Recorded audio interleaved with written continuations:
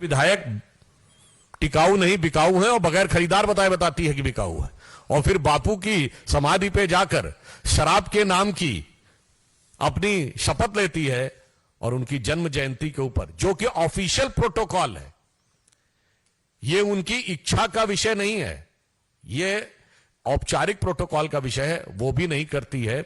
इसलिए हम इस विद्युत घोटाले के ऊपर साफ साफ उनसे जवाब चाहते हैं कि इन 4-5 बिंदुओं के ऊपर उनका क्या स्टैंड है और क्या कार्रवाई कर रहे हैं। बहुत बहुत धन्यवाद। अब मैं निवेदन करूंगा आदरणीय प्रदेश अध्यक्ष श्री आदेश गुप्ता जी से कि आप सबको संबोधित करें। आदेश जी। सभी को मेरा नमस्कार। दिल्ली में अरविंद केजरीवाल सरकार जो भी काम करती है उसकी मंशा उसमें बड़े भ्रष्टाचार की होती है। शराब के लाइसेंस, L1 लाइसेंस का कमीशन उन्होंने बढ़ाया, 12% किया और उसमें से 6% लिया। यहां भी 6% का खेल है।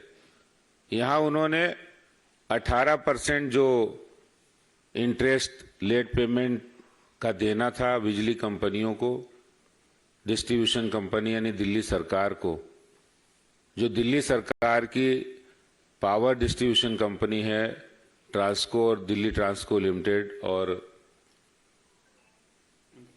इंद्रप्रस्थ पावर लिमिटेड, इन दोनों कंपनियों को, जो दिल्ली सरकार की कंपनियां हैं, उनको 18% अगर लेट पेमेंट होगा तो 18% उस पर इंटरेस्ट लगेगा। उसको घटा के 12% किया गया, यानी 6% कम किया गया। और वो पैसा जिसका कम हुआ वो किसका कम हुआ? दिल्ली सरकार का।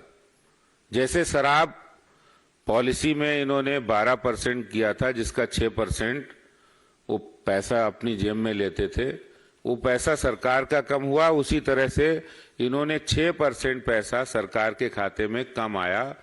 ये उसके गुनहगार हैं। और किसने किया ये करने वाले और नीतियां बनाने वाले अपने लोगों को वहां बिठाया गया।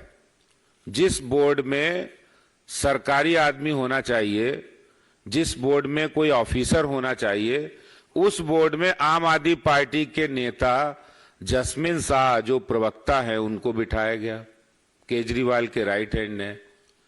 उसमें आम आदमी पार्टी के राज्यसभा मेंबर एनडी गुप्ता जी के बेटे नवीन गुप्ता को बिठाया गया। क्यों बिठाया गया? इसलिए बिठाया गया कि आप जाइए और वहां जाके इनका लोन माफ करिए, इनका इंटरेस्ट माफ करिए और फिर चोर दरवाजे से उसमें से कमीशन लीजिए। ये मोडस ऑपेंडी, ये कार्य करने की नीति अरविंद केजरीवाल की अब स्पष्ट हो गई है कि अपने लोगों को उन जगह पर बिठाओ, आम आदमी पार्टी के लोगों को, और फिर वहां से जो मोटा माल हो वो कमीशन अपने पास ले आओ। जैसे इन्होंने 3239 करोड़ रुपए तुरंत माफ कर दिया। इसीलिए माफ किया कि भाई उसमें से उनको मिलने वाला है। अब सवाल है, जांच होगी कितना मिला, 20% मिला, 40% मिला, 60% मिला। लेकिन बिना